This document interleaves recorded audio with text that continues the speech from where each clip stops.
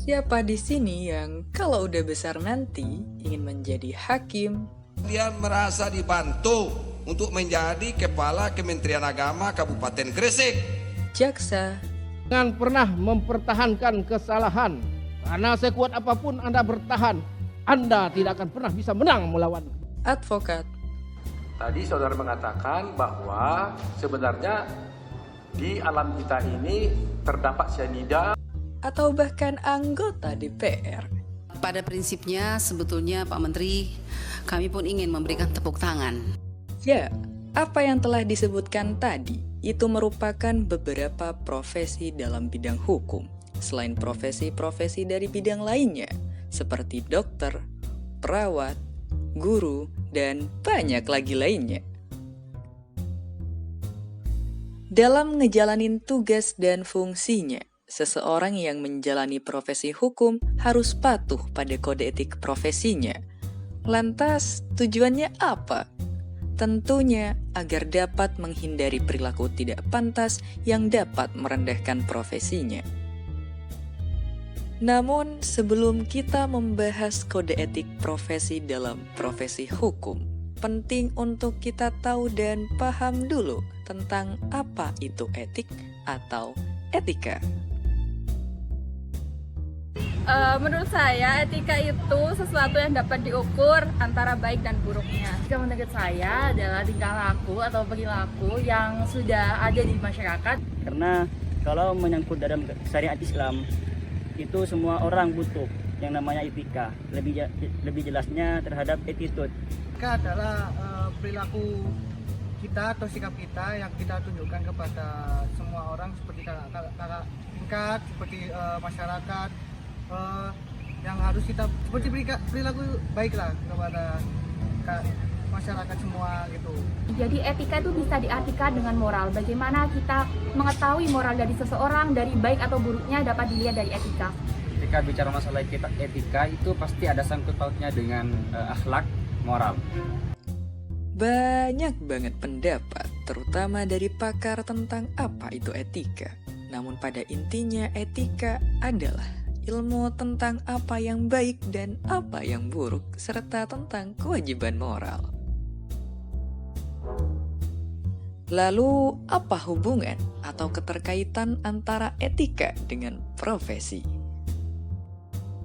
Sederhananya, adanya etika dalam profesi, yakni sebagai alat pengendali hati nurani, di mana etika di sini merupakan cerminan ilmiah dalam perilaku manusia dari pandangan norma tentang baik dan juga buruk. Dari itulah kemudian lahir ataupun muncul yang namanya kode etik profesi. Bapak yang satu ini pernah mengatakan bahwa etika profesi merupakan norma yang ditetapkan dan diterima oleh kelompok profesi yang mengarahkan atau memberi petunjuk kepada anggotanya tentang bagaimana seharusnya berbuat dan sekaligus menjamin mutu moral profesi itu di mata masyarakat.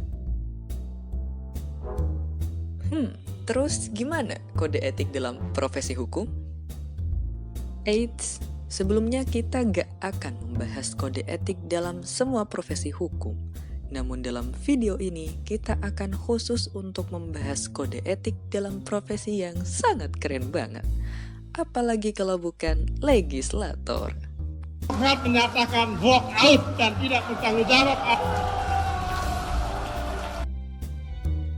Secara harfiah, legislator berarti pembuat undang-undang, di mana di Indonesia kewenangan untuk membuat atau membentuk undang-undang dimiliki oleh DPR berdasarkan Undang-Undang Dasar 1945. Ya, kami menanyakan kepada setiap fraksi, apakah undang-undang tentang tindak pidana kekerasan seksual dapat disetujui untuk disahkan menjadi undang-undang?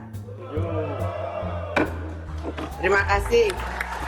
Dalam ngejalanin fungsinya untuk membentuk undang-undang, anggota DPR diharuskan menghindari perilaku tidak pantas atau tidak patut yang dapat merendahkan citra dan kehormatan DPR itu sendiri, baik itu di dalam gedung maupun di luar gedung DPR.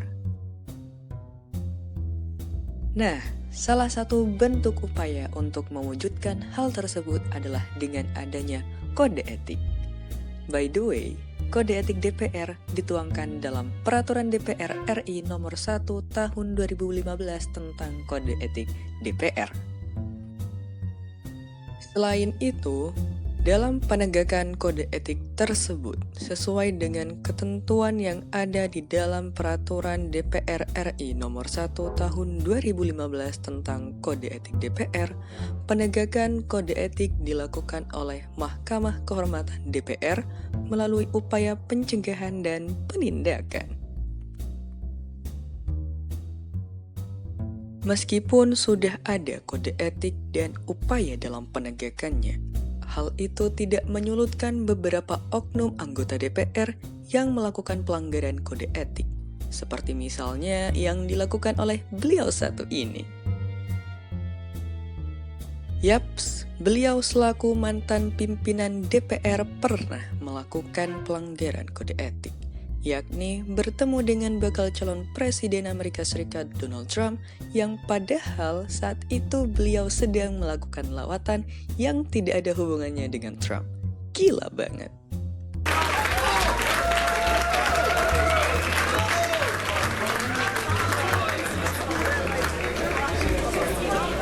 Hey, ladies and gentlemen, this is an amazing man.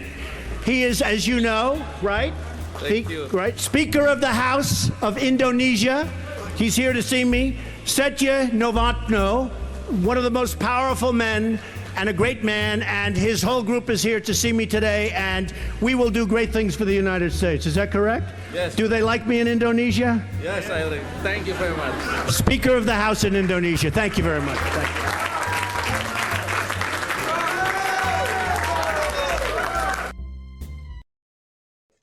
Mungkin sampai di sini dulu pembahasan kita tentang kode etik legislator. Seperti biasa, kesepian tanpa kekasih. Cukup sekian dan terima kasih. Let me play among the stars. Let me see what spring is like on Jupiter and Mars. In other words, hold my hand. In other words, baby, kiss me. Fill my heart with song and let me sing forevermore. You are all I long for, all I worship and adore. In other words, please be true.